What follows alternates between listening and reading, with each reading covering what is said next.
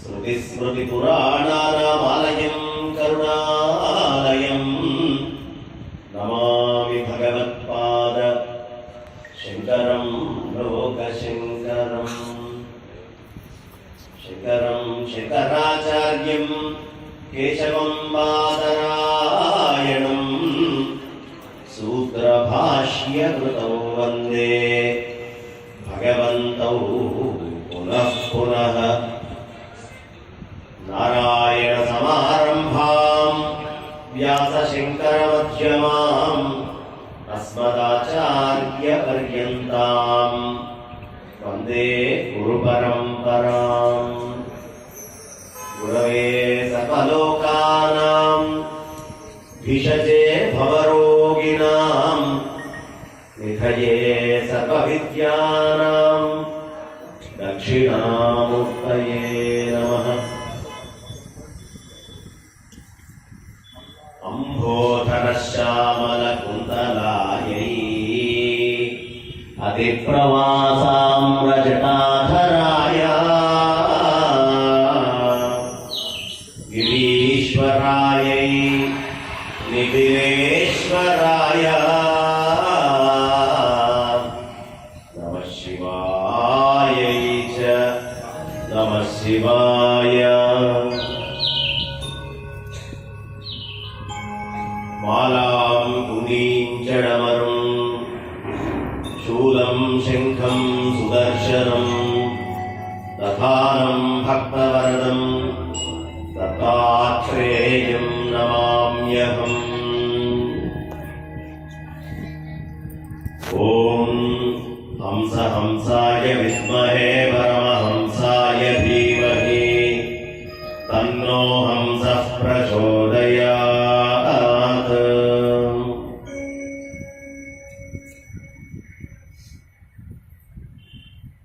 अवधूतचन्दन श्री गुरुदेव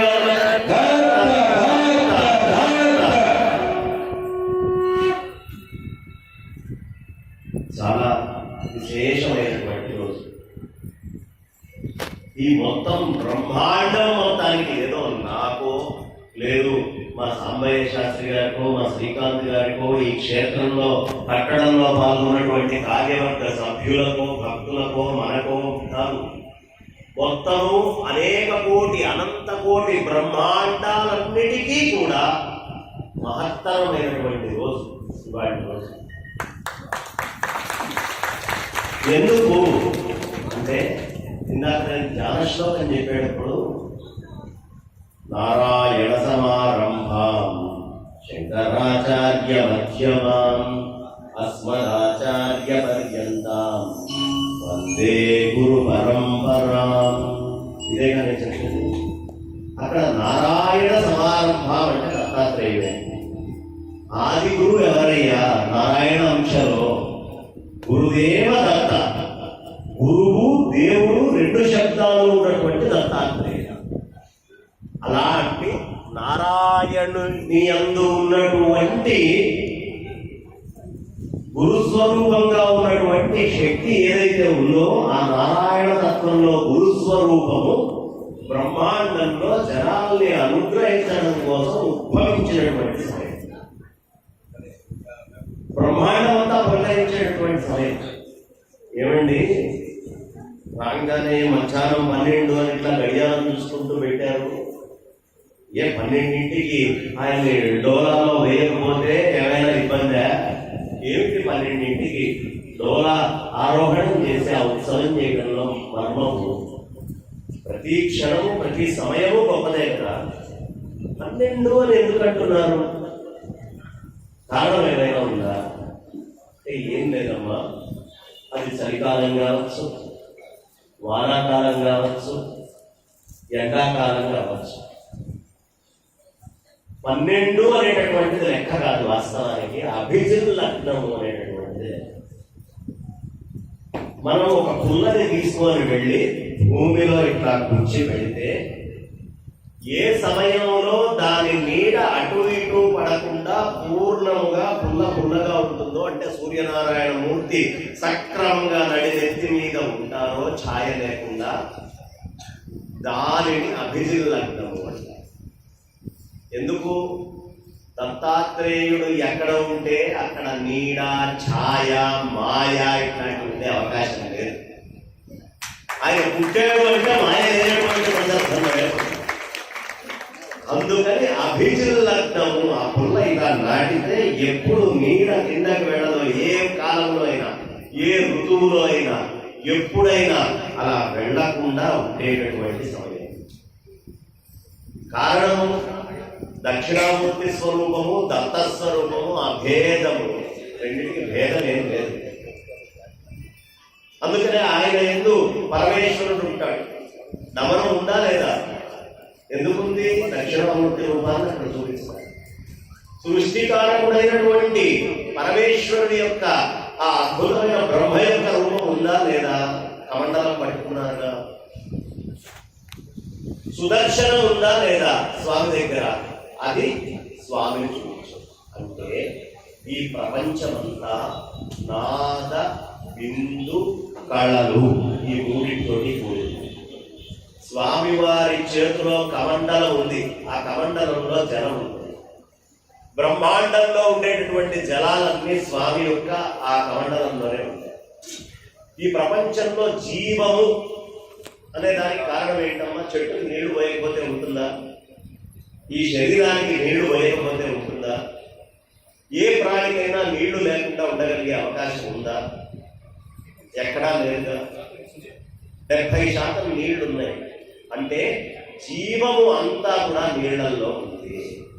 ఈ జీవం మొత్తం నేనే ఒడిసి పట్టానయ్యా. ఈ ప్రపంచంలో కనిపించేటటువంటి ఈ జీవరాశి అంతా కూడా నా హస్తగతమై నా ఆధీనంలో ఉంది అని దత్తాత్రేయ స్వామి వారి చేతిలో ఉన్న కమండలం చెప్తారు. ఆయన ఒక కమండలంలో మొత్తం పట్టుకోగలడు. మానవ మాతృమైనటువంటి మనం అర్చించేటప్పుడు ఆయన ఏకమాత్రంగా చూపించింది మనం 1000గా చూపించాలి. సహస్రము అంటే అనంతము అనే అర్థం వస్తుంది. సహస్ర కలశ సహస్ర కలశాలకు ఏమి అర్చన? 1000 కలశాలు అంటే అనంతమైనటువంటి జీవరాశిని అనుగ్రహించేవాడివి తండ్రి నువ్వే, నువ్వు తప్ప ఇంకొకటి కాదు, ఇంకొకటి ఉండే అవకాశం లేదు అని అక్కడ సహస్ర కలశాలని పెట్టి గురుమూర్తి ముందు మనం ఆ 1000 కలశాలని పూజ చేసుకోవడము. బ్రహ్మాండంలో ఉండే జీవాన్ని, ఈ పిండాండంలో ఉండే జీవుణ్ణి ఉద్ధరించమని స్వామిని ప్రార్థించారు. అందుకని ఆ జీవ లక్షణానికి మొత్తానికి గుర్తు. ఎవరు ఇక్కడ కలశములో చేసుకుంటారో వాళ్ళు వాళ్ళ వాళ్ళ జీవాల్ని, ఆ జీవంలో ఉండే వాళ్ళ పితృదేవతల్ని, పూర్వీకుల్ని, వాళ్ళ ఇష్టుల్ని, మిత్రుల్ని అందరినీ కూడా తరింపజేసిన వాళ్ళు. ఎందుకు అంటే మరణించిన తర్వాత జీవుడు మళ్ళీ వాడి ప్రయాణం వాడు చేస్తున్నాడు. వాడి సంస్కారానికి యోగ్యంగా వాడు నరకమా, స్వర్గమా, ఏదైనా సరే క్షీణే పుణ్యే మధ్యలోకం విశంతి. పుణ్యం అయితే మధ్యలోకం నుంచి మళ్ళీ వాడు భూమి మీదకి వచ్చేస్తాడు, ఆకాశం నుంచి. అలాగే పాపం అనేది కూడా అక్కడ కార్యక్రమం చేశాక నశించాక భూమి మీదకి వస్తాడు. ఎలా వస్తున్నాడు భూమి మీదకి అంటే పరమాత్మ యొక్క అనుగ్రహంతో చంద్రుడి దగ్గరికి వెళ్ళి ఆ చంద్రుడి యొక్క కిరణాలలో నుంచి నీళ్లలో వస్తుంది. అందరం జీవులందరం యొక్క ప్రయాణం కూడా అక్కడి నుంచి జీవం వస్తుంది. అందుకనే మీకు అంతకంటే ముందుండేటువంటి ఆకాశానికి, వాయువుకి, అగ్నికి రుచి ఉండదు. రుచి ఎక్కడొచ్చింది? నీళ్లలో రుచి వస్తుంది. మంట మీద నాలుక పెట్టండి, రుచి వస్తుందా? లేదు. వాయువుకి నాలుగు ఇట్లా పెట్టండి, రుచి ఎక్కడి నుంచైనా వస్తుందా? అవకాశం లేదు. ఆకాశంలో పడి తిరుగుతుందా? రుచి లేదు. రుచి ఎక్కడ వచ్చిందయ్యా? నీళ్ల దగ్గర మాత్రమే రుచి వచ్చింది. రుచికి కారణం ఏమిటి? నీళ్లు. సర్వవ్యాపకమైన ఆత్మవస్తువుగా ఉన్నటువంటి నువ్వు జీవుడివి అనే భ్రాంతి కలిగినప్పుడు రుచుల కోసం పరితపిస్తూ ఉంటావు. ఆ రుచులు పరమాత్మ యొక్క రుచిత కావాలి తప్ప మిగతా అయినటువంటి వృధా రుచి కాకూడదు అని నేను ఎలా అయినా సరే రుచులకి మూలమైన ఆత్మతత్వాన్ని పట్టుకోవాలి అని కలశాలని. ఈ రుచి బ్రహ్మాండం అంతా కోరుకుంటుందమ్మా. బ్రహ్మాండంలో ఉండే జీవరాశి ఉండే ప్రతి దాన్ని చెలించేటటువంటి దాన్ని, స్థిరమైనటువంటి దాన్ని, చరాచరమైనటువంటి అన్నిటినీ అనుగ్రహించడం కోసం దత్త భగవానుడు అనంతమైనటువంటి కాలం ఏమిటమ్మా? ఇట్లా కళ్ళు మూసుకొని చూసుకోండి ఒక్కొక్కళ్ళు, నా వయసు ఎంత అని 20, 30, 40, 50, 60, 70, 80 కనిపిస్తుందా లేదా కంటుకుంటారు. కళ్ళు మూసుకుంటే అంత ఒక క్షణం, జరిగిపోయిందంతా ఒక క్షణం. జరిగేది ఏదో పెద్దది అని బతుకుతున్నాం మనం అందరం, అంతేనా? ఎందుకు జీవిస్తున్నాం? ఏదో భవిష్యత్తు గొప్పది అని. ఆఖరి శ్వాస, చివరి శ్వాస వదిలిపెట్టేటప్పుడు ఈ శరీరం కూడా, ఈ అనుభవించినటువంటిది కూడా క్షణంతోటే సమానం. ఆ క్షణం గుర్తులేక ఈ క్షణాన్ని వృధా చేస్తుంది. ఖచ్చితంగా ప్రతివాడు ఎవడైనా పుట్టాడు అంటే గొప్ప రాదు. ఏమిటి? 2 గిఫ్ట్ ఇస్తాడు భగవంతుడు. మామూలుగా షాపుల్లో అయినా 1+1 ఫ్రీ, ఒకదాని కొంటే ఇంకోటి ఫ్రీ అంటాడు.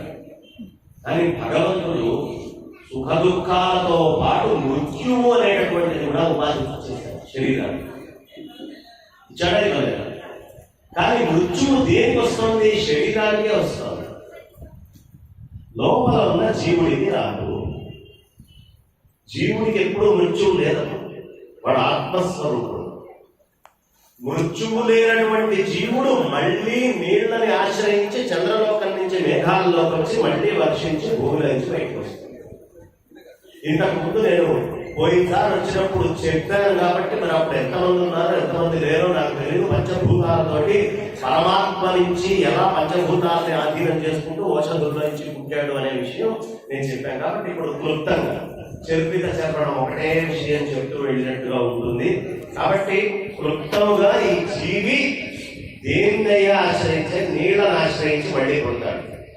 భగవంతుడి దగ్గర కలశాలు పెట్టినటువంటి నీళ్లతోటి ఎవడు రుణపడి ఉంటాడో వాడు భగవతత్వముతో, భగవత్ అనుగ్రహంతో జన్మనిస్తాడు.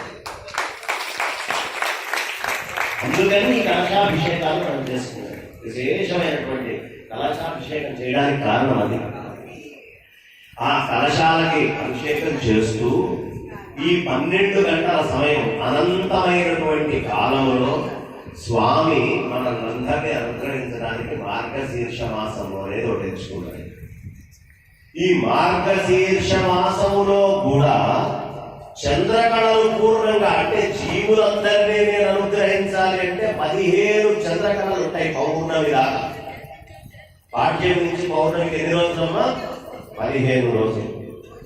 మళ్ళీ పాఠ్యం నుంచి అమావాస్యకి 15 రోజులు. 15 కళలు. ఆ చంద్రుడే ఇటు నుంచి ఇటు వస్తాడు, ఇటు నుంచి అటు జరుగుతాడు. ఉండేది 15 కళలే. ఈ 15 కళలలోనే ప్రతి జీవుడు పడి కొట్టుకుంటాడు. వాడికి కావాల్సినటువంటి 16వ కళ కావాలి అనే కోరిక ఉంటే వాడు పరమాత్మని పట్టుకోవాలి. పరమాత్మని పట్టుకోవాలంటే పరమాత్మే గురువుగా వచ్చి మనకి బోధ చేయాలి. దాన్ని షోడశ కళ అంటారు. ఇది మొత్తం పాండిత్యానికో విద్యకో సంబంధించింది కాదు. ఇందాక వారు చెబుతూ, అయ్యా నేను పండితుడిని కాదు, నేను రాద్దామంటే పెద్ద రచయితని కాదు, పాడదామంటే పెద్ద గాయకుడిని కాదు, నాకు ఉన్నదల్లా దత్తాత్రేయ స్వామి వారి మీద పరమ భక్తి తప్ప ఇంకొకటి కాదు అనే మాట చెప్పారు కదా.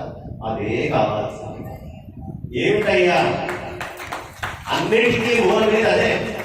ఏమిటయ్యా అంటే వాగ్వైఖరి, శబ్దఝరి, శాస్త్ర విజ్ఞాన కౌశలం, తత్వతు భుక్తయే తత్వ ముక్తయే. ఇప్పుడు ఇక్కడ నేను కూర్చున్నాను, కొన్ని వేల మాటలు నేను చెప్తున్నాను. కానీ ఈ మాటలన్నీ కూడా నేను అనే అహంకారాన్ని లోపల ఉంచుకొని కనుక మాట్లాడితే నాకు అవసరానికి అది అన్నం పెడతాయేమో, ఎదుటి వాళ్ళని నేను మభ్య పెట్టడానికి అది పనికొస్తుందేమో. వైఖరి అంతా కూడా ఏముందమ్మా, ఇప్పుడు 2 నిమిషాల్లో నా మాటలతో మిమ్మల్ని చేసేదేదో పని చేయించేయచ్చు. మాటగా శక్తి ఉంది. వైఖరి, కానీ దాంతో పరమాత్మని పొందలేదు. శబ్దం చలి ఆగకుండా మాట్లాడుతూ పోతూ ఉన్నా కూడా పరమాత్మని పొందలేదు.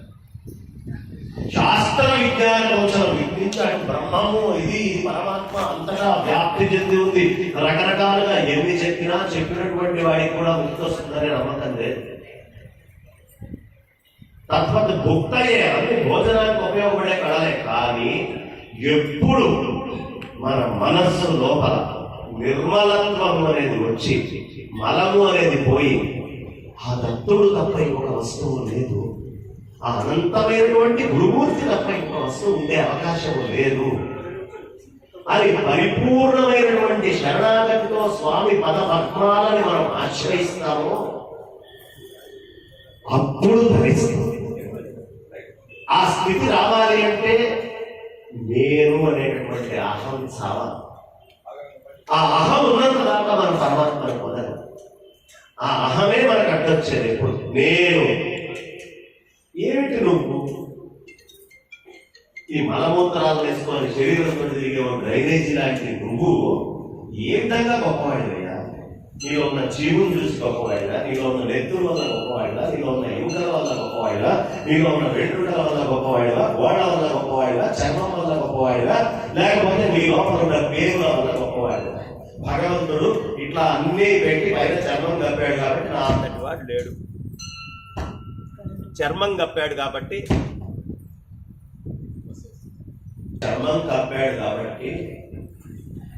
నా అంతటి వాడు లేడు, నా అంత అందగాడు లేడు, నా అంత పని చేసేవాడు లేడు, నా అంత గొప్పవాడు లేడు. నాకు ఇన్ని రకాల వస్త్రాలు కావాలి, ఆభరణాలు కావాలి, ఇళ్ళు కావాలి, సుఖాలు కావాలి. ఇవన్నీ మనం కోరుకుంటుంది దేని వల్ల అయ్యా అంటే మన గురించిన జ్ఞానం మనకి లేక. ఈ జీవుడిని, ఈ నెత్తుడిని, వీటన్నిటిని ఏదో తెగ గొప్పవని ఆలోచించేసుకొని అహంకారంలో పలుకుతుంది. ఇవన్నీ అశాశ్వతమైనటువంటివి.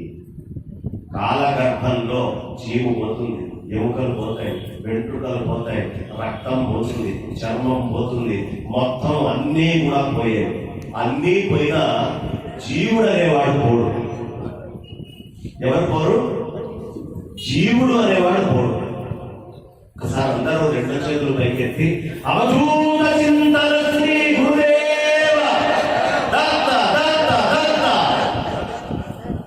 మధ్యలో భగవన్నామం ఎందుకు చేయించారయ్యా అంటే భయం వేస్తుంది ఒక్కోసారి. ఈ చర్మాన్ని లోపలికి పెట్టి లోపల ఉండే పేరుని, లోపల ఉండే వాటన్నింటినీ బయటకు వచ్చేది పెట్టుంటే భగవంతుడు అప్పుడు తెలుసుండేది ఒక్కొక్కడికి మనం ఏమిటి అనే స్వస్వరూపం. అది లేక పైన చెప్పమనే మాయ కప్పేటప్పటికి నా అంతటి వాడు లేడు అనే స్థితిలో మనం అందరం ప్రయాణం చేస్తున్నాం. అదే అహంకారానికి మూలమైన కారణం. ఆయన తప్ప ఇంకెవరు లేరు, ఆయనే సర్వస్వం. సర్వం దత్తమయం, దత్తుడే దత్తుడే దత్తుడే అని ఎవడు లోపల ఉండే అహంకారాన్ని చంపుకుంటాడో అలాంటి వాడికి మాత్రమే దత్తానుగ్రహం లభిస్తుంది. అందుకనే స్వామి దగ్గరికి వెళ్ళినప్పుడు మందు తాగుతున్నట్టు కనిపిస్తాడు, అమ్మాయిల తోడు తిరుగుతున్నట్టు కనిపిస్తాడు, వృధాయినటువంటి పనులు చేస్తున్నట్టు కనిపిస్తాడు. ఎందుకు? నీ బుద్ధితోటి నువ్వు ఇది తప్పు, ఇది ఒప్పు, ఇది గొప్ప, ఇది చెడ్డ అని ఆలోచించుకుంటేంత దాకా పరమాత్మ నీకు వంట పట్టాడు, పట్టే అవకాశం లేదు. వాడు సర్వస్వము, ఆ భూతత్వం అంత గొప్పది. నా బుద్ధితోటి విచక్షణ చేసి ఆలోచించగలిగేటువంటి స్థాయిది కాదు భూతత్వము అని ఎవడు పరిపూర్ణంగా భద్రుడవుతాడో అహంకారాన్ని పక్కన పెట్టి వాడికి మాత్రమే దత్తుడు లొంగుతాడు. అర్థమైందా? కర్ణుడి కథంతా విని చెరువులో 10 రూపాయలు తీయడం కోసం అన్నాడు అనుకోండి, వాడి కర్ణుడి కథ మీద ఉపయోగం ఏముంది? దత్తాత్రేయ క్షేత్రంలో ఉంటూ దత్తాత్రేయుని ఆచరించి ఒక్కసారి దత్తుని చేసిన తర్వాత వాడు ఇంకా అహాన్ని వదిలిపెట్టకుండా నేను అని అనుకుంటున్నాడంటే ఎప్పుడు ధరిస్తాడు? ధరించాలి అంటే నేను పోవాలి, నేను ఉంటే ధరించాలి. ప్రతి ఒక్కళ్ళు, అది నేను కావచ్చు, గురువు గారు కావచ్చు, మీరు కావచ్చు, పిపీలగాలి బ్రహ్మభాగ్యంతో ఉండేటువంటి బ్రహ్మాండ సృష్టిలో ప్రతిదానికి ఉన్నటువంటి రోగమహం. అందుకని కృష్ణ పరమాత్మ అనన్య చింతయంతో మా ఏ జన పర్యుపాసతే తేషాం నిత్యాభియుక్తానాం యోగక్షేమం వహామ్యహం. ఇందులో మొదటి అక్షరం చివరి అక్షరం తీసుకొని వదిలిపెట్టండి ఆయన, అనన్యాచింతయంతో అయిపోతుంది. ఏమిటి మొదటి అక్షరం? ఆ. చివరి అక్షరం యోగక్షేమం వహామ్యహం.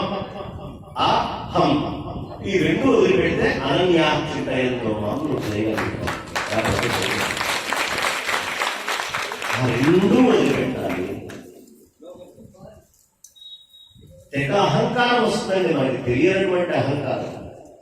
పొరపాటున ఒకవేళ ఎవరైనా అహంకారం నుంచి బయట పెడదాము అని అనుకుంటే వాడికి సినిమాల రూపంలో, సీరియల్స్ రూపంలో, చుట్టుపక్కల ఉండే మిత్రుల రూపంలో రకరకాలైనటువంటివన్నీ చుట్టుపక్కల అహాన్ని నిల్చోబెడతాయి. ఎంత ఆహారం నిల్చోబెడతాయి అంటే, నేను అప్పుడప్పుడు అన్నం తినేటప్పుడు మా అమ్మగారు ఎప్పుడైనా టీవీ పెట్టుకుంటే చూస్తూ ఉంటాను. ఎంత దారుణమైనటువంటి ఘట్టమయ్యా అంటే ఆ సీరియల్స్ చూస్తూ ఉంటే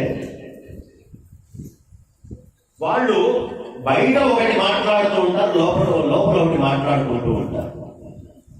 మనం ఏది చూస్తామో అదే మన ఉపాసన అవుతుంది.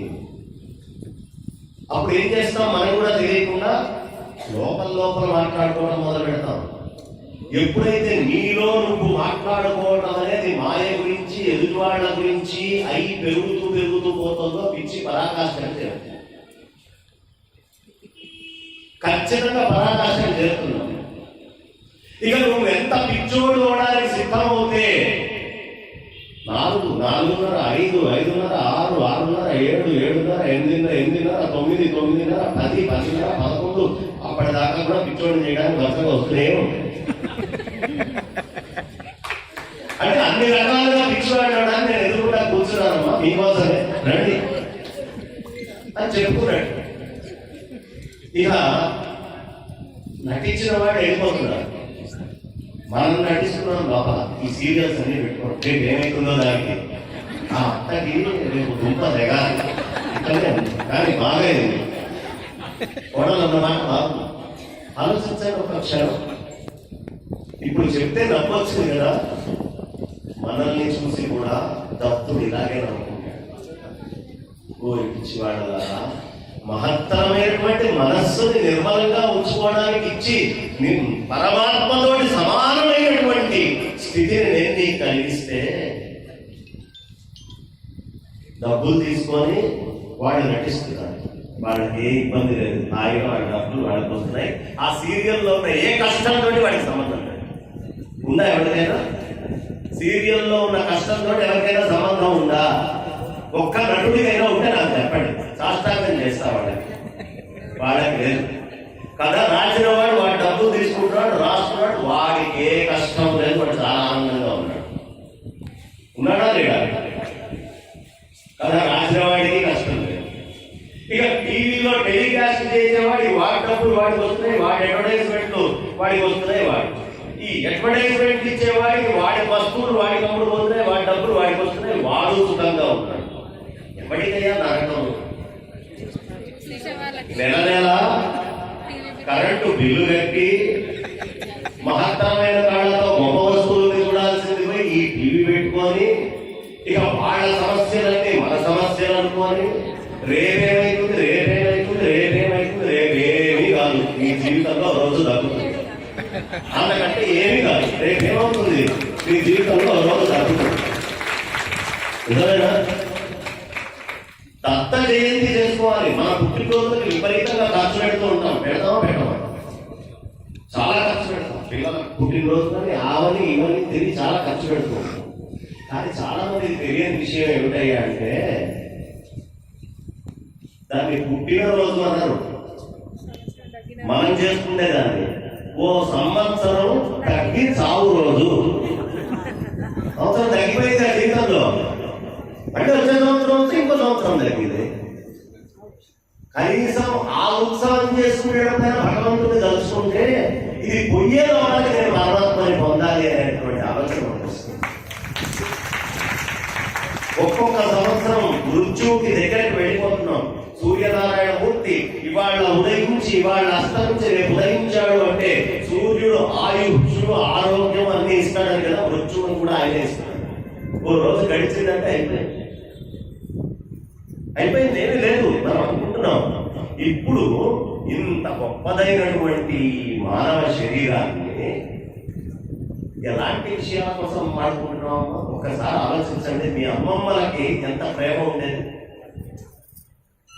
మీ నాయనమ్మలకి ఎంత ప్రేమ ఉండేది. ఎందుకు?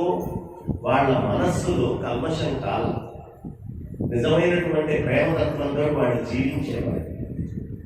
మనం ఖచ్చితంగా ఆలోచించండి. మీ మనవడితో మాట్లాడే విషయమైనా, భర్తతో మాట్లాడే విషయమైనా, అన్నదమ్ములతో మాట్లాడే విషయమైనా, భగవత్ విషయమైనా, ఎదుటివాడితో మాట్లాడేటప్పుడైనా లోపల కల్మషం ఉంచుకోనే ప్రతి విషయంలో ఏదో ఒక ఆశ పెట్టుకొని మాట్లాడుతున్నాం. గుర్తు తెచ్చుకోండి. మీరు కావాలంటే ఎవరి ముందు నిల్చోనైనా నేను ఏమి ఆశించకుండా ఈ మనిషిని ప్రేమిస్తున్నానా, వాళ్ళ దగ్గర మెప్పు పొందాలను, వాళ్ళ దగ్గర గొప్ప పొందాలను, వాళ్ళు నన్ను ఇంతటి వాళ్ళు అనుకోవాలను, ఎక్కడ చూసినా ఏదో ఒక కోరిక లోపల. అది లేకుండా నిష్కల్మషమైన ప్రేమ ఎవరికైనా ఉందా? మానవ మాత్రమే ఉండే కష్టం. ఆ నిష్కల్మషమైనటువంటి ప్రేమ పరమాత్మకు ఉంది కాబట్టి మనందరినీ ఉద్ధరించాలని దత్తుడిగా ఈ మార్గశీర్ష మాసంలో ఆయన ఉద్భవించాడు. గట్టి కొట్టండి. దత్తజనం ఎక్కడైతే తెలుసా? మన దక్షిణాది వాళ్ళకి ఉత్తరాది వాళ్ళకి తేడా ఏంటో తెలుసామా? మనం స్థానంలాగా ఇట్లా బిగుసుకొని కూర్చుంటాం. అవునా? ఎంత అహంకారం అంటే కరడు కట్టుకొని కూర్చొని ఉంటున్నాం లోపల. మీరు ఉత్తరాదికి వెళ్ళండి, వాళ్ళు నృత్యం చేస్తారు, కోలాటాలు ఎగురుతారు. పండగ అంటే జన్మదిన ఉత్సవాలంటే వాళ్ళు ఎగురుతారు. మనం ఎందుకు ఎగరట్లేదు? నేను అనేది మనకు ఎక్కువ ఉంది. నేను అనేది మనకు ఎక్కువ ఉంది. వాస్తవానికి ఉయ్యాలు పెట్టరా అంటే ప్రతివాడు వస్తాడు, ఇట్లా ఉంటుంటాడు. దత్తుడు అక్కడ పుట్టాడు అనేది సూచకంగా మీకు చూపించి అక్కడ వేశారు. అసలు దత్తుడు ఎక్కడ పుట్టాలి? ఎక్కడ పుట్టాలి? మన హృదయంలో పుట్టాలి. మరి ఇప్పుడు ఆయన ఉయ్యాలు ఊపాలి అంటే ఆ ఉయ్యాల ఊపితే ఆయన ఊపుతాడా?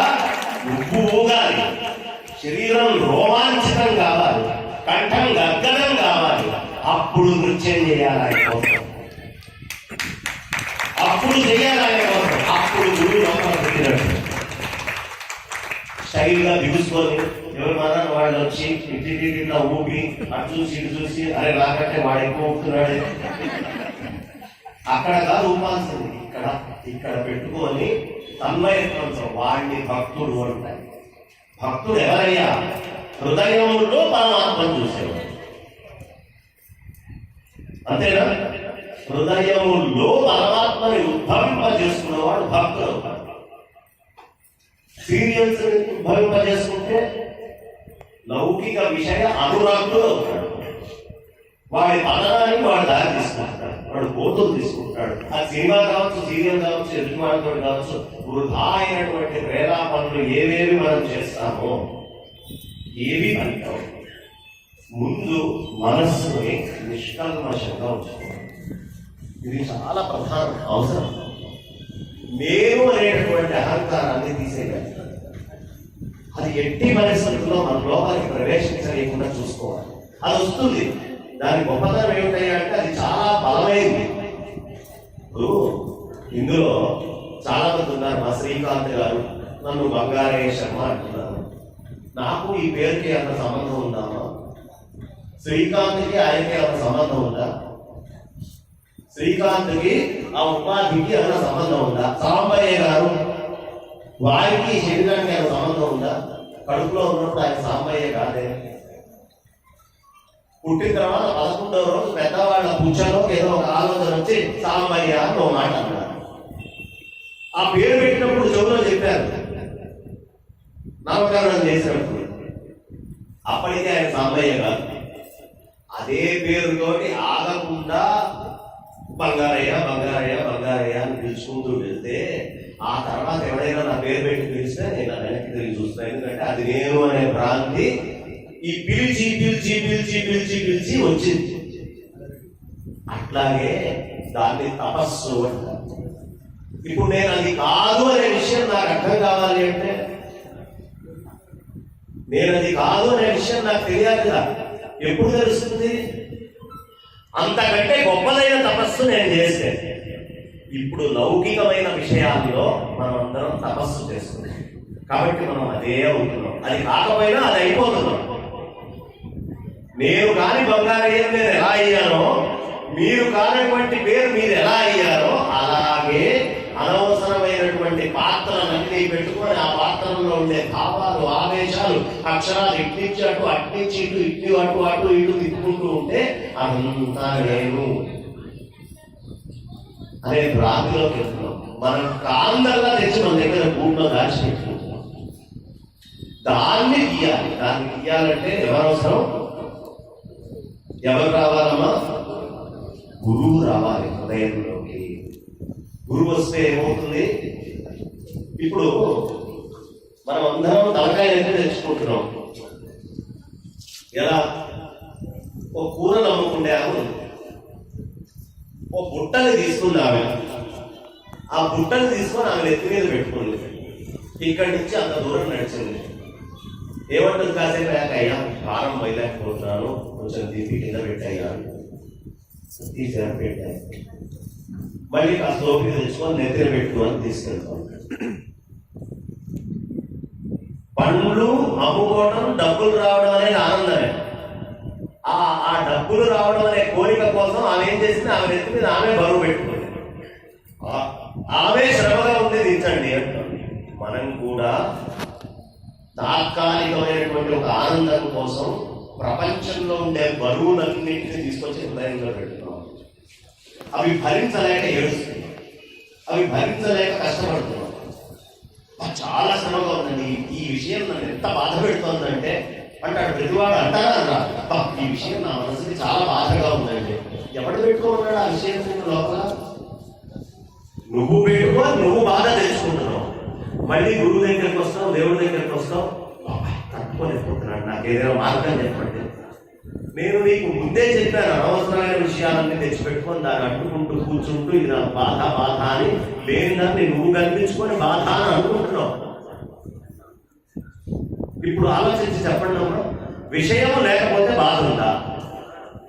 విషయం ఉంటే బాధ ఉందా? విషయం లేకపోతే బాధ ఉందా? మంచి బెంజ్ కారు, బ్రహ్మాండమైన డూప్లెక్స్ హౌజులు, 100 ఎకరాల ఆస్తి, తోటలు, దాని లెక్కలు, నెల డబ్బులు, ఖర్చులు, సుఖమా కష్టమా? కష్టమేనా? సుఖమా కష్టమా అమ్మా ఇవన్నీ? దీంట్లో నీకు ఆనందం ఉందా? లేకపోతే ఇవన్నీ ఉన్నా హాయిగా పడుకున్నావు, మనస్సు లేదు, బుద్ధి లేదు, ఇంద్రియాలు లేవు, మీ తోట లేదు, మీ ఇల్లు లేదు, మీ పొలం లేదు, ఈ ప్రపంచంలో ఇంకో వస్తువు ఏది లేదు, నువ్వు ఆడని తను నువ్వే లేవు నీకు. కానీ ఎవడైనా లేపితే సుఖంగా పడుకున్నా, ఎందుకు లేపుతున్నాను అంటున్నావా లేదా? ఆనందం ఎప్పుడుంది? ఏమీ లేకుండా ఉన్నటువంటి స్థితిలో మనకి ఎక్కువ ఉంది. అది కాకుండా వెలుగురాగానే వస్తువులన్నీ నాకు కావాలని బయట ప్రపంచంలో విషయాలన్నీ తెచ్చిపెట్టుకుంటున్నావే, ఆ నిద్ర కూడా లేకుండా తయారు చేస్తాయి విషయాలు. విషయాలు నిద్ర లేకుండా తయారు చేస్తాయి మనల్ని.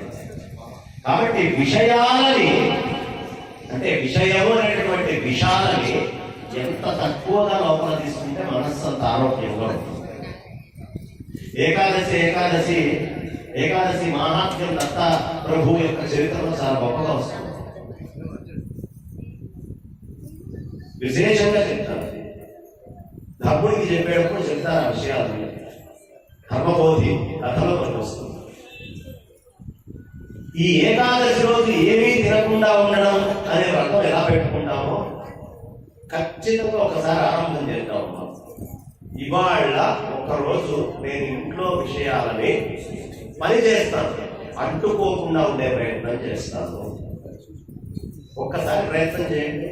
నా కొడుకు, వాడి దుఃఖము, వాడి సుఖము, వాడి ఆనందంతో ఈ రోజు నాకు సంబంధం లేదు, వాడికి అన్నం ఉంటాను, పెడతాను, తింటాడు.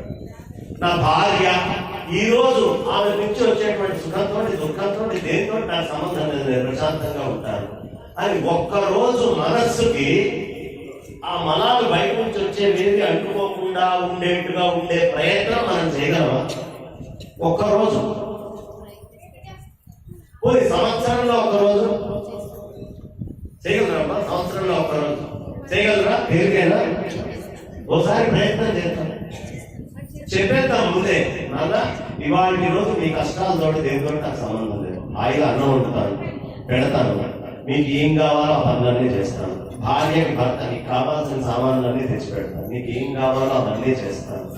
ఈ ఒక్కరోజు మాత్రం ఈ సంసారంలోనే నేను ఉంటాను, కానీ ఈ సంసారంలో ఉండే ఏ కష్టముతోటి నేను సంబంధం లేకుండా ఉంటాను. ఆ రోజు దత్తుండే పెట్టుకొని ఉంటాను హృదయంలో, ఇంకే నాకు వేరే వద్దు, మీ పనులన్నీ చేస్తాను, కానీ దత్తుడిని ఒక్కడే పెట్టుకొని ఉంటాను నేను అని ఉండే ప్రయత్నం.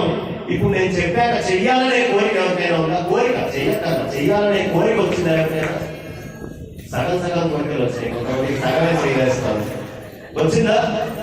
ఒక్కసారి ప్రయత్నం చేయటం, ఒక్కసారి ప్రయత్నం చేసి అభ్యాసం చేస్తే దత్తుడు వెంటనే ఉద్భవించి లోపల కూర్చుంటాడు. అంటే మధ్యాహ్నం 12 ఉండేటటువంటి కాలాన్ని ఛాయ లేకుండా ఉండే కాలం చెప్పుకున్నాగా, నీడ లేకుండా. ఈ నీడలే ఇవన్నీ నీకు కాతే కాంత కస్తే పుత్ర సంసారోయమ తీవ విచిత్ర సస్యత్వం వా కుతాయాత తత్వం చింతిత తదిహ భ్రాంత. తత్వం చింతయ తదిహ భ్రాంత. కాదే కాంత, నువ్వు ప్రతివాడు వచ్చి నా ఊడండి, నా వేళావండి, నా పిల్లలండి అని వాడుతున్నారా లేదా? నా మొగుడు, నా పెళ్ళాం, నా పిల్లలు అని మీరు ఒకరికొకరు మాట్లాడుకుంటున్నారు, కానీ నేనెవరు అని ఎప్పుడైనా చెప్పుకున్నారా? నా అన్నారు, నా చెయ్యి అన్నారు అనుకోండి, దురదృష్టవశాత్తు చెయ్యి లేదు, నేనున్నానుగా. అంటే నా చెయ్యికి నేనుకి సంబంధం లేదా? నా భార్యకి, నా భర్తకి, నా పిల్లలకి నేనుకి సంబంధం లేదమ్మా.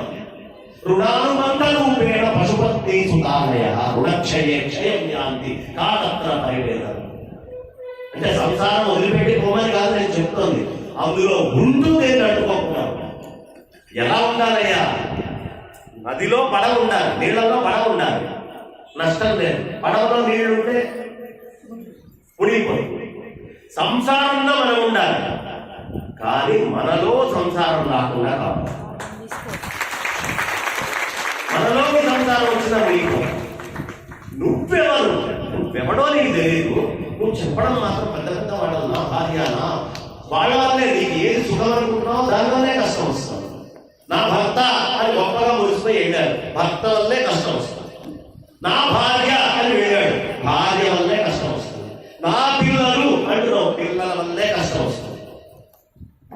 నేను అని వెళ్ళు, కష్టం లేకుండా మళ్ళీ చేతులు, కాళ్ళు, రూపము, విధానం. గాఢనిద్రలో ఉండి మనస్సు, బుద్ధి ఏం పనిచేయనప్పుడు కూడా ఉన్నటువంటి ఒక పదార్థం ఉందే ఆనందంగా, అది నేను. అంటే ఎప్పుడూ ఆనందంగా ఉండాల్సినటువంటి నేను లంపటాలన్నింటినీ కలిగించుకొని కష్టపడుతున్నాను. వీటి నుంచి బయటపడాలంటే ఏం కావాలి అంటే ఛాయలేవి లేకుండా ఉండేట్టుగా గురు దత్తాత్రేయుడిని హృదయంలో జన్మించేట్టుగా ప్రతి వాళ్ళు తయారు చేసుకోండి. అప్పుడు వచ్చి కూర్చుంటాడు దత్తుడు. మరి దత్తాత్రేయ స్వామి వారు ఎలా ఆయన పుట్టుక అంటే, ఓ సందర్భంలో నారదుల వారు కైలాసానికి వెళ్ళారు. శివుడి దర్శనంగా, పార్వతీ అమ్మవారి దర్శనం, లక్ష్మీ అమ్మవారి దర్శనం, విష్ణుమూర్తి దర్శనం కాదు, బ్రహ్మ దర్శనం కాదు, సరస్వతి దర్శనం లేదు.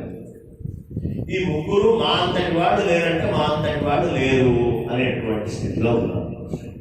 ఏమిటి మూడు? ఒకటి సత్వగుణం, ఒకటి రజోగుణం, ఇంకొకటి తమోగుణం. సత్వ రజస్ తమో గుణాలు మూడు. ఈ మూడిటి దగ్గరికి ఎవరు వెళ్ళారయ్యా? నిజ ఆత్మతత్వ రుచి తెలిసినటువంటి ఒక నారం నరాది జ్ఞానస్వరూపం, జ్ఞానము అక్కడికి చేరింది. జ్ఞానం అక్కడికి వెళ్ళేటప్పటికీ వాళ్ళందరూ ఏమిటి అసూయ కలిగింది వాళ్ళకి. నా అంతటి వాళ్ళు లేరు, మా అంతటి పతివ్రత లేరు, పరమాత్మకి మేము బద్ధులమైనంతగా ఎవరు బద్ధులు కారు. పరమాత్మ మమ్మల్ని అనుగ్రహించినట్టుగా ఈ ప్రపంచంలో ఇంకెవరిని అనుగ్రహించిన అంతా మా ఆధీనంలోనే పరమాత్మ నడుస్తున్నాడు అన్నట్లుగా నారదుడితో మాట్లాడారు. వెంటనే నారదుడు అన్నాడు, అదేమిటమ్మా అట్లా మాట్లాడుతున్నారు, మీ ముగ్గురిలో అసూయ అనేది చూశాడు ఆయన. నా అంటాడు లేదు అనేటప్పటికి ఏమైపోయింది, అయిపోయింది కదా. వెంటనే ఆయన చెప్పాడు, త్రిగుణాలు ఉన్నాయమ్మా, సత్వ రజస్ తమో గుణాలు 3 కనిపిస్తున్నాయి. అసూయ అనేటటువంటిది కూడా కొంచెం మీలో కనిపిస్తుంది. మీకు ఇలా ఉందా అని చెప్పి, అమ్మా మీ ముగ్గురి కంటే గొప్ప పతివ్రత ఉందమ్మా, నాదుల్ని వచ్చేది ఆ పరమాత్మని పట్టుకోనున్నటువంటి, పరమాత్మని పట్టే పరమాత్మే సర్వస్వం అనుకునేటటువంటి వ్రతంతో కూడాలో కాదు లేదమ్మా. ఎవరు మాకంటే గొప్పవాడు ఉండే అవకాశం లేదు అన్నారు నారదుడు. లేదమ్మా, అనసూయ అని ఒక ఆవిడ ఉంది కింద, ఆవిడ నీకంటే గొప్ప పతివ్రత, అత్రి మహర్షి యొక్క భార్య. అసూయ అనే శబ్దం వచ్చింది కదా, ఈవిడ పేరేమిటి? అనసూయ. అసూయ లేనటువంటి. ఇక ఆయన పేరేమిటి? అత్రి. వీళ్ళకి ముగ్గురికి ఉన్నవేమిటి? 3 గుణాలు, సత్వము రజస్సు తమస్సు. 3 గుణాలు లేనటువంటి వాడు అత్రి. ఈ 3 లేవు ఆయనకి. సత్వరజస్తమో గుణాతీతుడై ఉన్నాడు, ఆత్మస్వరూపుడై. అందుకనే రామచంద్రమూర్తి భార్య అయినటువంటి సీతామ్మవారు సకల సద్గుణోపేత భూజాత ఆ తల్లికి పాతివ్రత్య ధర్మాన్ని బోధించిందమ్మా అనసూయ అమ్మవారు. దత్త భక్తులు ఏం చూసినా చూడకపోయినా ఖచ్చితంగా చూడాల్సిన ప్రదేశం అవుతుంది, చిత్రకూటుకు వెళ్ళాలి. ఇది చాలా మంది దత్త భక్తులకు తెలియదు. అందరూ మాహురి అంటారు, గిరినార్ అంటారు, లేదంటే గార్గాపూర్ అంటారు, లేదు పూర్వపురం అండి అంటారు, లేదు ఎత్తిపోతల అంటారు, లేదు నర్సోబావాడి అండి అంటారు. కానీ చిత్రకూటుకి వెళ్ళాలి దత్త భక్తుడు అనే విషయం ఎంతమందికి తెలుసు? చాలా మంది దత్త భక్తులకు తెలియదు. కారణం ఏమిటయ్యా అంటే, అసలు దత్తాత్రేయుడి కోసం తపస్సు చేసినటువంటి ప్రదేశం, ఆ అత్రి అనసూయ ఇద్దరు తపస్సు చేస్తున్న ప్రదేశం చిత్రకూటు. అక్కడ పుట్టాడు ఆయన. అక్కడ ఆ అమ్మవారు మందాకిని అనేటువంటి నదిని తీసుకొచ్చి పెట్టింది. రామచంద్రమూర్తి వనవాసంలో వెళ్ళి అక్కడ ఉన్నప్పుడు అక్కడ సీతా అమ్మవారికి పాతివ్రత్య ధర్మాలను చెప్పారు. దత్తాత్రేయుడిని అనుగ్రహించినటువంటి ప్రదేశం చిత్రకూట ప్రదేశం. ఆ చిత్రకూటులో నది ఒక గొప్పతనం ఉందమ్మా ఇప్పటికీ, మందాకిని నది. మన పంచాంగాల్ని తిట్టే పనికి మాలిన వాళ్ళు చాలా మంది వస్తున్నారు ఈ మధ్య టీవీల్లో. చాలా మంది ఉన్నారా? శ్రీరామనవమి అంటే ఏమిటి మనకు గుర్తొచ్చేది? నవమి అనగానే చైత్ర శుద్ధ నవమి, శ్రీరామనవమి. మన పంచాంగంలో ఏ రోజు శ్రీరామ నవమి అని రాస్తామో ఆ రోజు ఇక్కడ ఉన్న ఎవరైనా వెళ్ళచ్చు. చిత్రకూటుకి వెళ్ళండి. వెళ్తే నది మధ్యలో తెల్లటి పాయ ఒక్కరోజే వెళ్తున్నాం. అంత పెద్ద నదికి మధ్యలో నేను శ్రీరామనవమి అని రామచంద్రుడు పుట్టినటువంటి రోజు అని ఎప్పుడు చెప్పుకుంటానో ఆ ఒక్కరోజే నువ్వు తెల్ల పాయగా వెళ్ళాలి మధ్యలో నుంచి అని నేను చెప్పానా? మీరు చెప్తే వెళ్తుండాలి. ఎప్పుడు వెళ్తుంది? మన ఋషుల యొక్క తపస్సు, మన యొక్క గ్రంథాల యొక్క మహాత్మ్యం, మన రామాయణం యొక్క నిత్యత్వం ఉంది కాబట్టి ఆ మధ్యలో వెళ్తుంది. ఈ రోజుకి నేను ఇక్కడ కూర్చొని చెప్తున్నా, శ్రీరామనవమి చిత్రకూటు వెళ్ళి చూసుకోండి ఎవరైనా. ఆ మధ్యలో నుంచి అలా వెళ్తుంది పాయ. ఎందుకు అక్కడ ఆ సత్యం కనిపిస్తుంది అంటే, అక్కడ అత్రి అనసూయ దత్తాత్రేయుడు అనేటువంటి గురువుని చూపించారయ్యా. గురువు అనుగ్రహం ఉంటే రామచంద్రమూర్తి యొక్క వైభవం అక్కడ దర్శనం అయి తీరుతుంది. శ్రీరామనవమికి పుట్టాడు అని చెప్పడానికి. భక్తుడు తపస్సు కూడా చేశాడు కొంతకాలం. ఆ తర్వాత అక్కడి నుంచి అనుమతి తీసుకొని సఖ్యాద్రి పర్వతాలకు ఆయన వెళ్ళారు. చాలా అద్భుతంగా ఉంటుంది. అనేక మంది ఋషికుమారుల నుండి చిత్రకూటనే ముందు రోజారు ఆయన దత్తాత్రేయ స్వామి గారు. శంకరాచార్య వారు మొత్తం భూమంతా తిరిగారు కదా. ఈ భూమండలం అంతా మొత్తం అందులోనూ భారతవర్షాన్ని ఎక్కడా వదిలిపెట్టకుండా అడుగడుగు తిరిగినటువంటి శంకరాచార్యులు వారు పుట్టినటువంటిది కేరళలో అయితే చివరికి అంతర్ధానమైంది ఎక్కడ తెలుసా అమ్మా? కేరళలో దత్తాత్రేయ గుహలో అంతర్ధానం అయ్యారు. ఆయన జ్ఞానం ఏదైతే జ్ఞానం మొత్తం భూమి మీద తిరిగిందో ఆ జ్ఞానం ఎక్కడ వృత్తం అవుతుంది? దత్తాత్రేయుడి దగ్గరే.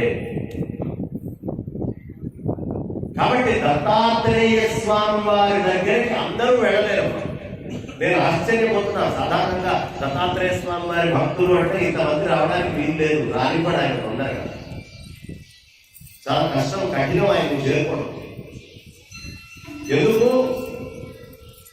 సత్వ రజస్తమో గుణాలు ఉన్నవాడికి ఆయన ఉన్నారు, అసూయ ఉన్నవాడికి ఆయన ఉన్నారు. ఈ మూడింటిని వదిలిపెడితే పరమాత్మ ఆయనే దత్తత వస్తాడు. దత్తత, పిల్లవాడు దత్తతగా వచ్చాడండి అంటాం కదా. ఏం చేశారు? వెంటనే అక్కడ అనసూయ ఉందమ్మా, ఆమె మహాపతివ్రత అనేటప్పటికీ మరి సత్వరజస్తమో గుణాలు ఉంటుంటాయి, అంతకంటే గొప్పది ఒకటి ఉంది అన్నప్పుడు. మీకంటే గొప్పది ఉంది అని చెప్తే ఏ మనస్సు అయినా ఒప్పుకుంటుంది ఇక్కడ ఉన్న వాళ్ళలో. మాకంటే గొప్పదా ఉండదు అంటారా? అంటారు. ఎందుకు? సత్వ రజస్తమో గుణాలు లోపల ఉన్నాయి. జ్ఞానం వచ్చి నీకంటే గొప్పదైన పరమాత్మ ఒకటి ఉందిరా అంటే ఎవడు ఒప్పుకుంటాడు? నేనే గొప్పవాడిని, హలో నిరంజన్ అనుకుంటామా? అనుకో. అలా వచ్చి అక్కడ చెప్పేటప్పటికీ నేను పొడి పొడిగా కథ చెప్తున్నాను. ఎందుకు పొడి పొడిగా చెప్తున్నాను అంటే, నేను ఇప్పుడు గ్రంథం తీసుకొని ఒక్కొక్కటి విడమర్చి జాగ్రత్తగా చెప్పుకుంటూ వెళ్తే ఆ చెప్పేటప్పుడు నేను శ్లోకం చదవగానే మీరందరూ పక్కన చూస్తాను. మళ్ళీ శ్లోకమే నేను తిరిగి వచ్చేటప్పటికి పాత శ్లోకం ఏదో చెప్పారు, మీకు గుర్తుంటుందా? శ్లోకం నేను చెప్పినా లాభం లేదు. మీకు ఏం గుర్తుంటుంది? కథగా ప్రశాంతంగా పొడిగా ఇబ్బంది లేకుండా మీకు పట్టేటట్టుగా చెబితే నేను చెప్పిన తర్వాత ఎవరెవరికి జ్ఞానోదయం కలిగి వాళ్ళు పుస్తకం తీసి చదువుకుంటారు. అప్పుడు దత్తులు పట్టుబడు. అంటే చదువుకుంటే భారం మీది, చదవడానికి అవసరమైనటువంటి తీపిని నేను మీకు ముందు అందిస్తున్నాను. పంచదార ఎలా ఉంటుంది? ఎలా ఉంటుంది? తీయగా ఉంటుంది. తీపి అంటే ఎలా ఉంటుంది చెప్పండి మీరు ఎవరైనా? తీపి అంటే తీయగా ఉంటుంది, అంతేనమ్మా? తీపి అంటే ఎలా ఉంటుంది? చెప్పలేదు కదా, నీకు తెలీదా? తీపి గురించి చెప్పలేదా? నీకు తెలీదా? తెలుసా తెలీదా? తీపి చెప్పగలరా? చెప్పలేదు. కానీ తీపి మీకు తెలుసు. అలాగే ఇప్పుడు నేను చెప్పినటువంటి మాట తీయగా అనుభవించడానికి యోగ్యంగా ఉండేట్టు అందిస్తాను. దీన్ని మళ్ళీ మీరు వెళ్ళి పుస్తకం తీసుకొని 1-4 సార్లు మీరు కనుక చక్కగా ఈ తీపితోటి ఓసారి మైసూరు పాకు, ఈ తీపితోటి ఓసారి కజ్జికాయలు, ఈ తీపితోటి ఓసారి బాదుషా, ఈ తీపితోటి ఒకసారి లడ్డు, అంటే ఒకటేటువంటి ఆత్మతత్వాన్ని అనేక రూపాలుగా అనేక విధాలుగా, ఒకసారి నేను ఇచ్చినటువంటి దాన్ని శ్రీపాద శ్రీవల్లభ చరిత్రగా, ఓసారి నృసింహ సరస్వతి స్వామి వారి చరిత్రగా, ఓసారి డెబ్బే స్వామి వారి చరిత్రగా, ఓసారి దత్తాత్రేయుడి చరిత్రగా, ఇదే తీపి అన్నిట్లో ఉన్నది ఒకటే మాధుర్యం. కానీ అందరికీ ఒకటే తీపి అంటే బయట కావద్దు. కాబట్టి ఎవరి తీపి వాడికి ఉండాలని రకరకాలైనటువంటి మన తీపులు భరించలేక నీ తీపులు ఇచ్చాడు. కాబట్టి వెళ్ళి ఇప్పుడు నేను చెప్తున్నటువంటి విషయం మూలతత్వం చెప్తున్నాను. ఈ మాధుర్యాన్ని మీరు మళ్ళీ గ్రంథం తీసి ఆస్వాదించండి, చదవండి, మీకు మీరు కష్టపడండి, అప్పుడు ఉద్ధరింపబడతారు. చదవలేదు, నాకు వచ్చిన నష్టం ఏం లేదు. నేను చెప్పింది నా కోసం నేను చెప్పుకుంటున్నాను, మీకోసం కాదు. నేను ఉపన్యాసం చెప్పేటప్పుడు అడగను, ఏమంటే జనం ఎంతమంది వస్తారు, జనం ఏమైనా ఉంటారా? ఎందుకు జనం ఉంటే జనానికి చెప్తారు, అయితే జనార్దనం చెప్పుకుంటారు. జనమే కావాలి అంటే సాయంత్రం మైక్ షాప్ దగ్గరికి వెళ్తే జనం ఉండరా అమ్మా? రైల్వే స్టేషన్కి వెళ్తే జనం ఉన్నారా? పోలీస్ స్టేషన్ చుట్టూ జనం లేరా? ఎందుకు అమృతాంజనం అవసరమా? ఎవరయ్యా జనం అంటే ఎవరు ఆత్మతత్వము భగవత్తత్వం కోసం ఒక దగ్గరికి గుమ్ము కూడి ఈ జీవ లక్షణం నుంచి ఆత్మ లక్షణం తెలుసుకోవాలి అని ఎవడి లోపల ఆ పరమాత్మని తెలుసుకోవాలని జనిస్తుందో ఆ జనించే బృంద సమూహం జనం. కాబట్టి అలాంటి జనముగా మనం ఎప్పుడు ఉండాలి. మనం ఉండాల్సినటువంటి విధానం ఆ జనం, అది లోపల నుంచి తెచ్చిపెట్టుకోవాలి. ఆ నిజాత్మతత్వాన్ని స్పర్శ చేయాలి నేను అనే భావన కావాలి. అప్పుడు మనం ఉద్ధరించబడతాం. వెంటనే చెప్పేటప్పటికీ ఇంకేముంది, ఊరుకుంటారా? సత్వరజస్తమో గుణాలుగా మూడుగా వెనక ఉన్నటువంటి బ్రహ్మ విష్ణు మహేశ్వరులను ముగ్గురు ఇచ్చారు. మీటింగ్ పెట్టారు. ఇక మాకంటే ఎవరో చాలా గొప్ప పతివ్రత ఉందట, మాకు తెలుసు, నేను నమ్మను. అతను నాలుగు అజ్ఞానంలో ఉన్నాడు, జ్ఞానం అజ్ఞానంలో ఉంది. నాకు చెప్పిన వాడు తెలియదు అర్థం. మనం అనుకునేది అదే, ఎదుటివాడు వెధవా, నేను మేధావి, ప్రతి వాడికి ఉండేది. అత్త రెండు తిట్టింది అనుకున్నా, దానికి ఏం చెప్తూ వస్తుంటుంది అని లోపల అనుకున్నారు. అలాగే అత్తయ్య గారు అంటారు బయట. సీరియస్ కదా, నాకంటే ఎక్కువ తెలుస్తుంది దానికి. ఏదో ఏడవని కోడలు నిన్నగా ఒక రోజు దీనికేం తెలుస్తచ్చు అని అదేదని చెప్పా, భలే చెప్పావే అంటారు. మొగుడు చెప్పినా అంటే, మొగుడు మొట్టమొదటిలో పెళ్ళైనప్పుడు వాడు నేను అది నేను ఇది ఓ ఓ అని చెప్తుంటే ఆడవాళ్ళంతా చాలా ప్రశాంతంగా అవుతుంది. వీళ్ళకి ఇష్టం లేకపోయినా సరే వాడికి ఏది ఇష్టమో ఆ విషయాలనే వింటారు. ఇప్పుడు విన్నది వీళ్ళ దగ్గర మొత్తం రికార్డ్ అయి ఉంటుంది.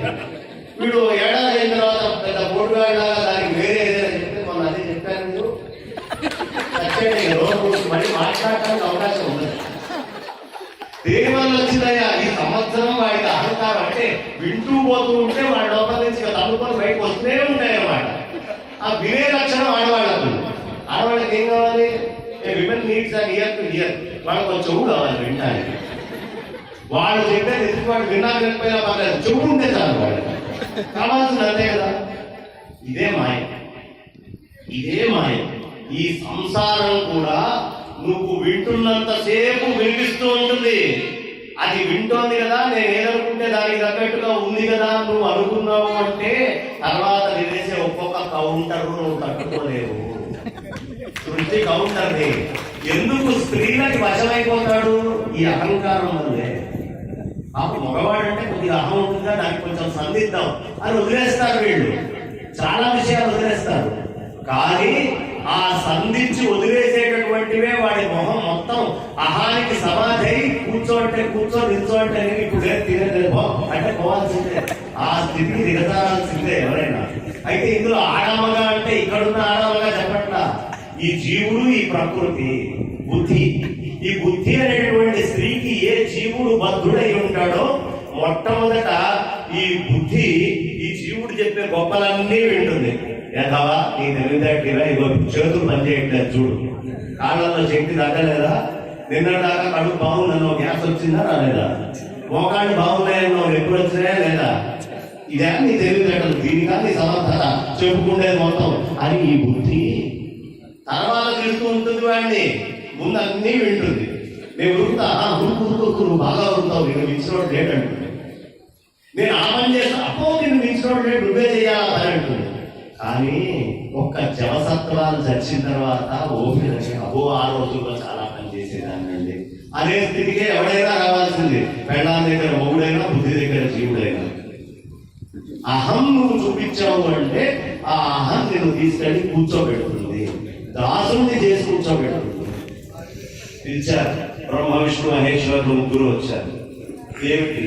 ఇదిగో ఇదండి ఆ జ్ఞానము. అజ్ఞానంతో ఏదో మహావేదాలని నారదుడు వచ్చి మాట చెప్పాడు. మీరు వెళ్ళి మేమే గొప్పవాళ్ళం అని రుజువు చేయాలి. అక్కడ మనం చేసే ప్రతి పని అదే. ప్రతి అరక్షణం నేను గొప్పవాళ్ళని రుజువు చేసుకోవాలి. ఎప్పటికీ వాడు ఇక కొత్తగా 20 ఏళ్ళ వయసులో ఉన్న పిల్లవాడు ఎవరైనా ఉన్నాడు అనుకోండి, ఏదైనా తేడా నాకు చెప్పలేదు వచ్చి నాలుగు మీకుండేవాడిని అంటాడు. 50 ఏళ్ళు వచ్చిన వాడు, అరే ఈ మాటలన్నీ నేను చెప్పానేరా, అయిపోయినాయి, ఇప్పుడు ఏం పెద్ద విషయం లేదు, నువ్వు కూడా అదే పరిస్థితి తర్వాత కానీ ముగ్గురు అంటాడు. అనుభవం రావాలి పెద్ద దేనికైనా. ఆ అహం లోపల నుంచి బాగా వస్తుంది.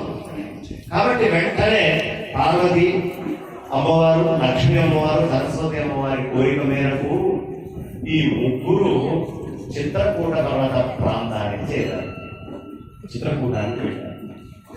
వెళ్ళి అత్రి త్రిగుణ రహితుడైనటువంటి ఆత్మస్వరూపం తపస్సు చేసుకుంటూ ఉండగా అసూయ లేనటువంటి జీవి ఇంట్లో ఉంటే అక్కడికి వెళ్ళి ఈ ముగ్గురు అమ్మా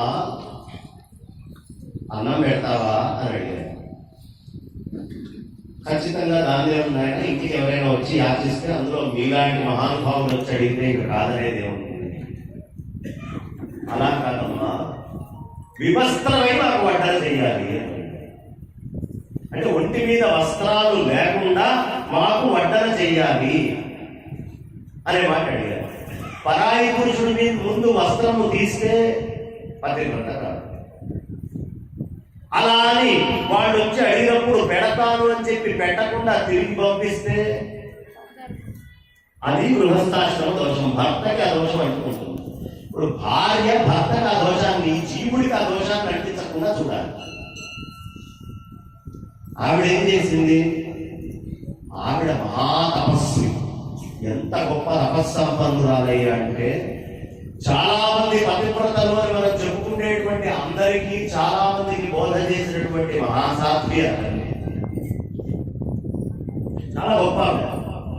వెంటనే ఆ పాతివ్రత్య మహాత్మ్యంతో నా దగ్గరకు వచ్చినటువంటి బ్రహ్మ విష్ణు మహేశ్వరులు ఏదో చాలా పెద్ద సనాతనము, మేము చాలా పాతవాళ్ళము, ఈ సృష్టిలో మొత్తం అంతా మేమే అని అనుకుంటున్నారే, ఈ ముగ్గురు పసిపిల్లలకుగాక. ఒకటే ఒక్క ముక్క ఆవిడ అనుకుంది. అంటే మన లోపల పాతివ్రత్యం అనేటటువంటిది కనుక ఉంటే దాని మహాత్మ్యం ఎంత గొప్పదో తెలుసామా? సీరియల్స్ చూస్తే తెలియదు.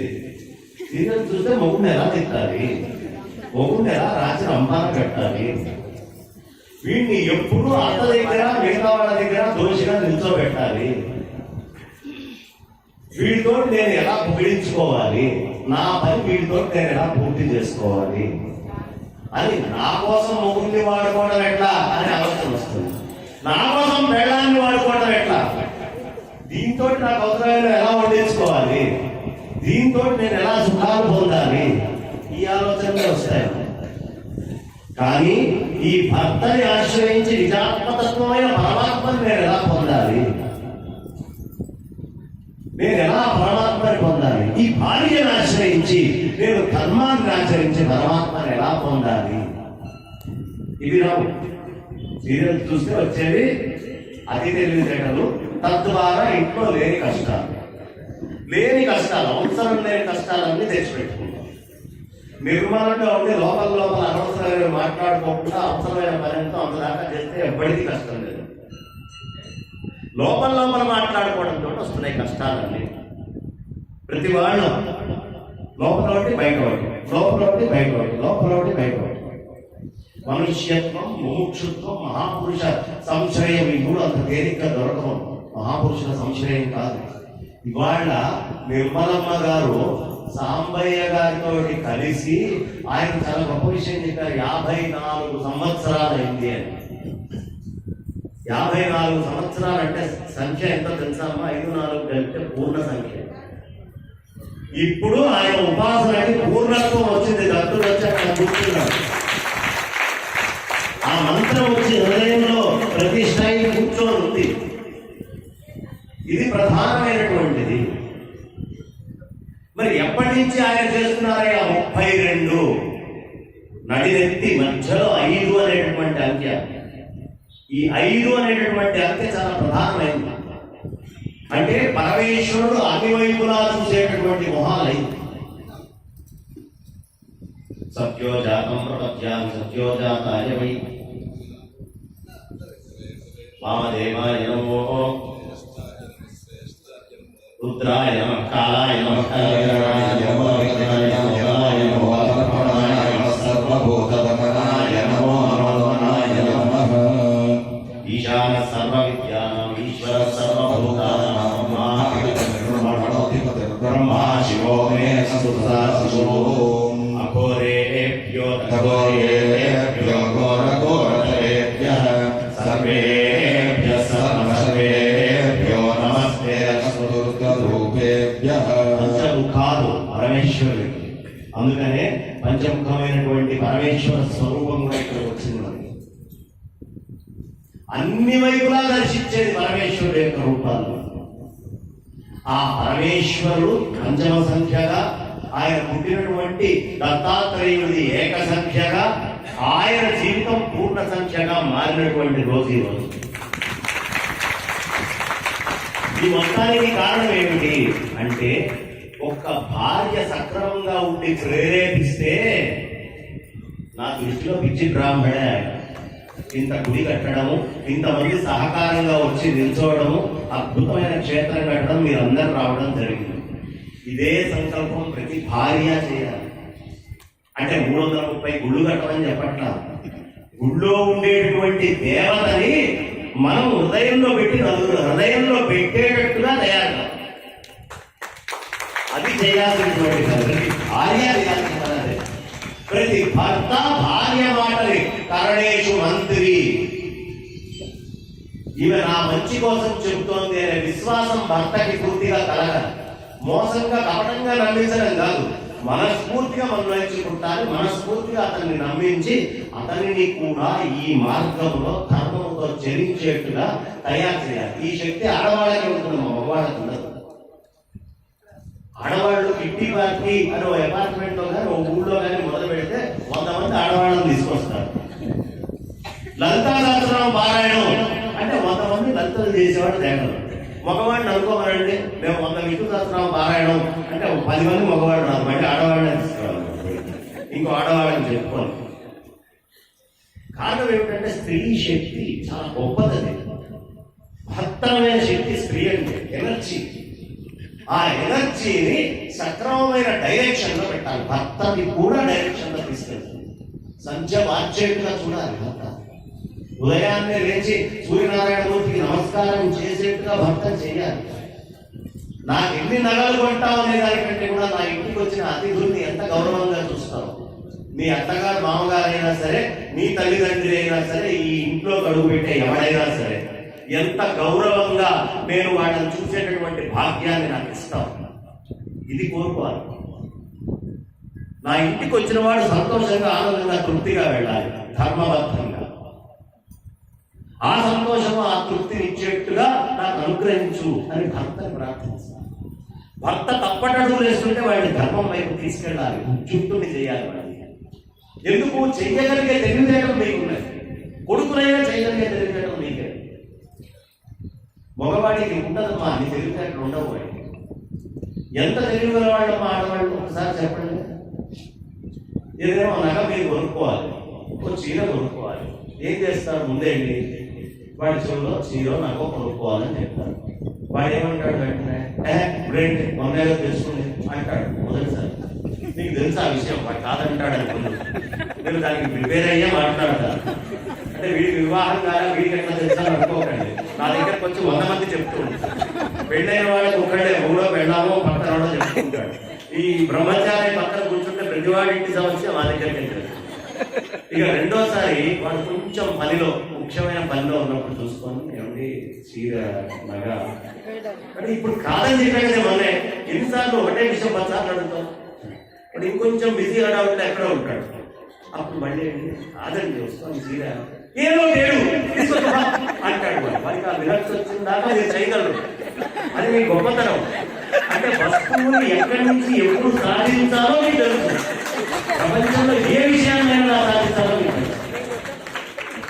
ఈ సాధించేటటువంటిది ధర్మ మార్గం వైపు తీసుకెళ్ళి ఎలా సాధించాలి, ధర్మాన్ని ఎలా సాధించాలి. వాటి ఉదయాన్నే లేచి నమస్కారం పెట్టించేట ఎట్లా చేయాలి, గుడికి తీసుకెళ్ళేట ఎట్లా చేయాలి, ధర్మాన్ని ఎట్లా, అలా అని మిగతా అన్ని నేను వద్దనట్లా. మీరందరూ సన్యాసులు అయిపోయి ఇట్లానే ఉండాలి. సంసారమైనటువంటి సుఖాన్ని ధర్మము అనేటటువంటి సూత్రం వదిలిపెట్టకుండా పరిపూర్ణంగా ఆస్వాదించాలి. ధర్మం అనే సూత్రాన్ని ఇది ప్రధానం. వెంటనే వాళ్ళు అడిగేటప్పటికీ అనసూయ అమ్మవారు పిల్లలుగా ముగ్గురిని మార్చిందండి. ఆవిడ మాతృప్రత్యమని ఆ మార్చినటువంటి పిల్లల్ని చక్కగా ప్రశాంతంగా తాను పసిపిల్లలకు పెట్టినట్టు అన్నం పెట్టుకోండి. ఒక్కసారి పాతివ్రత్యంతో నీ లోపల ఆత్మశక్తితోటి నువ్వు గనక ఆ సత్వరజస్తమో గుణాలని పసిపిల్లల కింద మార్చేశావు అంటే దాన్ని ప్రచలితం చేసేటువంటి శక్తులైనటువంటి సరస్వతి, లక్ష్మి, పార్వతి ఏంటి ఆ శక్తిని బయటికి తీసుకెళ్లేవి అవే శక్తులుగా. ఇక్కడ చూడండి, మీకు అర్థం కావాల్సింది ఏమిటంటే నేను పరబ్రహ్మతత్వం తీసుకొని సత్వరజస్తమో గుణాలు అంటున్నా. ఈ మూడు కలిస్తే పరబ్రహ్మస్వరూపమే. సత్వరజస్తమో గుణాలు మూడు లేకుండా పోతే ఆత్మస్వరూపమే. దాన్ని విభజించినప్పుడు సత్వరజస్తమో గుణాలుగా బయటకు వస్తుంది. ఎలా అంటే పూర్వము ₹1 బిళ్ళకి 3 టంకనాళాలు ఇచ్చేవాడు. ఎన్నమ్మా? 3 టంకణాలు. టకా అంటే డబ్బు. ఇప్పటికీ బెంగాల్ వాళ్ళు టకా అనేది పిలుస్తారు. 3 టంకణాలు ఇస్తే రూపాయి ఇస్తే 3 టంకణాలు. విడివిడిగా టంకణాలుగా ఉన్నప్పుడు ఇది విభజించి ఉన్నాయి. ఈ 3 కలిపితే ఒకటే అవుతుంది.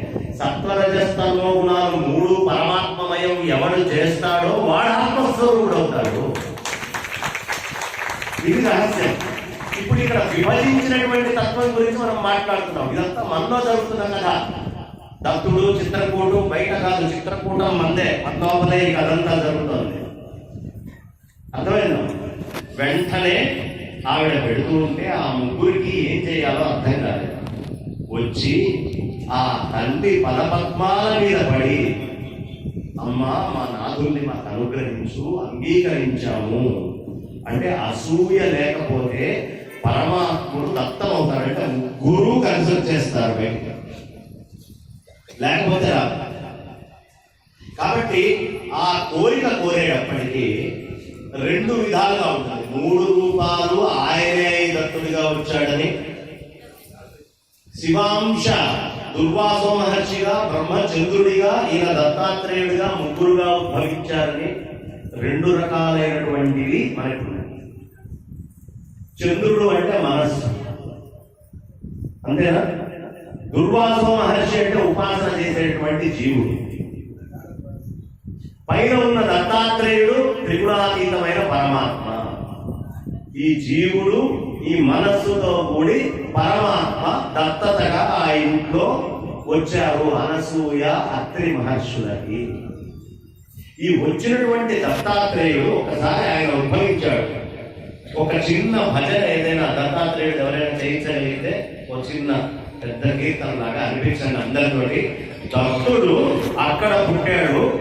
మన హృదయంలో కూడా త్రిగుణాతీతమైనటువంటి ఈ కాసేపు నేను మాట్లాడేటటువంటి మాటల్లో నిస్సంకోచంగా మీరు కలము కాగితము తీసి రాసుకోండి, నేను సంతకం పెడతాను. ఇప్పుడు మీ అందరి హృదయాల్లో కూడా దత్తుడు పుట్టి తీరాడు.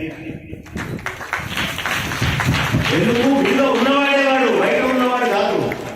మీలో ఉన్నవాడే ఒక్క క్షణం మీకు కనిపించాడు. ఒక్క క్షణం దత్తుడు మీ హృదయాల్లో వచ్చి కూర్చున్నాడు. మన అనుమానం లేదు.